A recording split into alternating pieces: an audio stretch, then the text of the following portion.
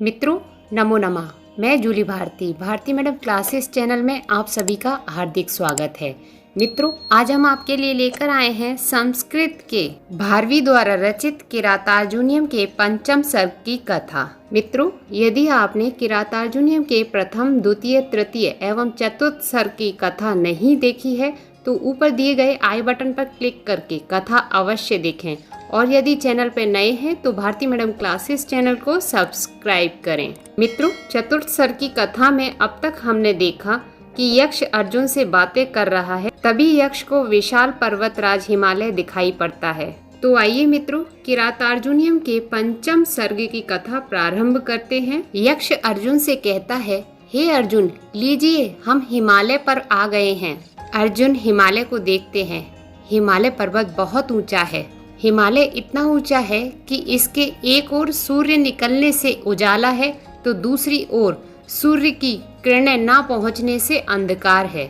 हिमालय बिल्कुल भगवान शिव के समान है। जैसे भगवान शंकर का मुख उनकी हंसी से सदा प्रकाशमान रहता है और पृष्ठ, पीछे का भाग गज चर्म से ढका काला होता है। हिमालय पर्वत को भगवान शंकर ने ही बनाया है। यह शिखरों से भी बहुत ऊंचा है और यह अनेक चट्टानों से बना हुआ है। यह लताओं से घिरा हुआ है।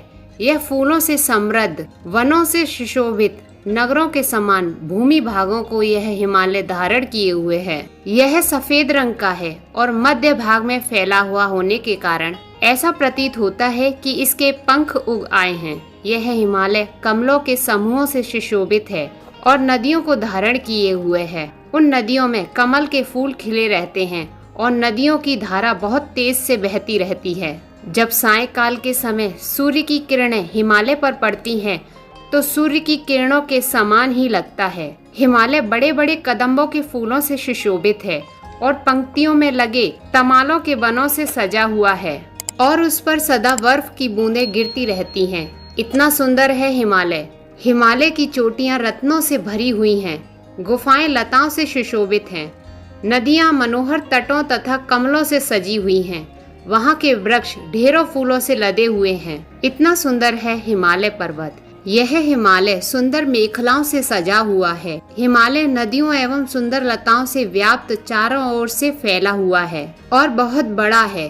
हिमालय में अनेक प्रकार की दिव्य औषधियाँ हैं।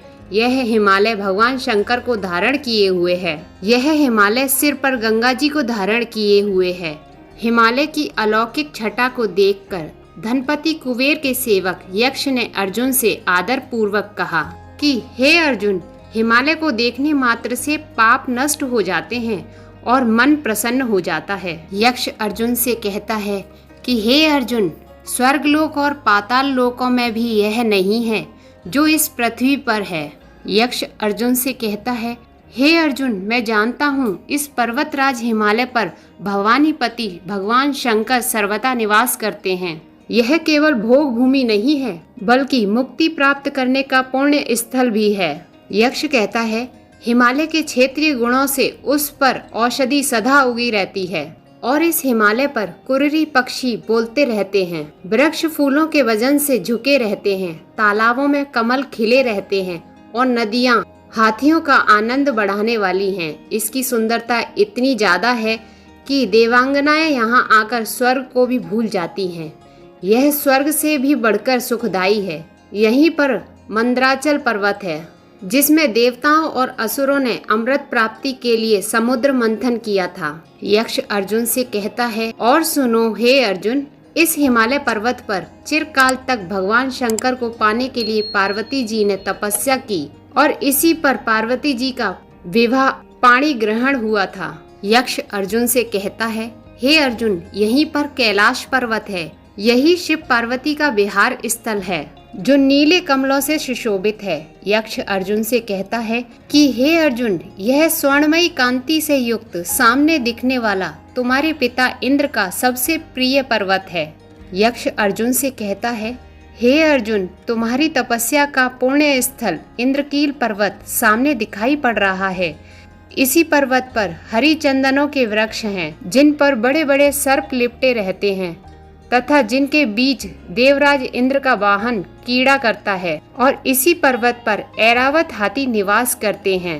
किंतु जब ऐरावत अपने गंड स्थल को खुजलाता है तो सभी सर्प व मतवाले गजराज भाग जाते हैं। जब काले मेघ समूहों में मंडराते हैं तो अंधकार हो जाता है। हे अर्जुन, आप महर्षि वेदव्यास जी के द्वारा बताए नियमों के अनुसार यहाँ तपस्या करें, क्योंकि अकारण वैर करने वाले सभी जगह होते हैं।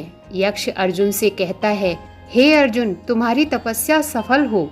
तुम्हारी तपस्या में कोई विघ्न आने पर भगवान शंकर तुम्हें उत्साह शक्ति दें और लोकपालगण तुम्हारे बल की रक्षा करें और तुम्हारे अनुष्ठान को अधिक फल देने वाला बनाएं। इस प्रकार कहकर यक्ष वहां से चला जाता है। इसके बाद कुंती पुत्र अर्जुन उदास होकर सोचने लगते हैं। सोचते भी क्यों ना, अपनों का वियोग बहुत दुखदायी होता है। किंतु अर्जुन अपने पुरुषार्थ को याद करते हैं और इंद्रकील पर्वत पर रहने लगते हैं। मित्रों, यहीं पर किरातार्जुनीयम के 5वें सर्ग की कथा समाप्त हो जाती है। मित्रों, यदि ये कथा आपको पसंद आई है तो वीडियो को लाइक करें, शेयर करें और नीचे कमेंट बॉक्स में कमेंट करना ना भूलें। और यदि चैनल पे नए हैं तो भारती मैडम क्लासेस चैनल को सब्सक्राइब करें। बेल आइकन बटन दबाकर ऑल पर क्लिक करें, जिससे कि हमारे नए वीडियोस के नोटिफिकेशंस आप तक पहुंच सकें।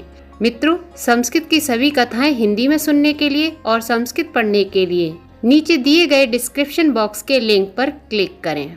मित्रों, कथा सुनने के लिए बहुत बहुत धन्यवाद। फिर मिलते हैं किरातार्जुनीयम के 6ठ सर्ग की कथा के साथ।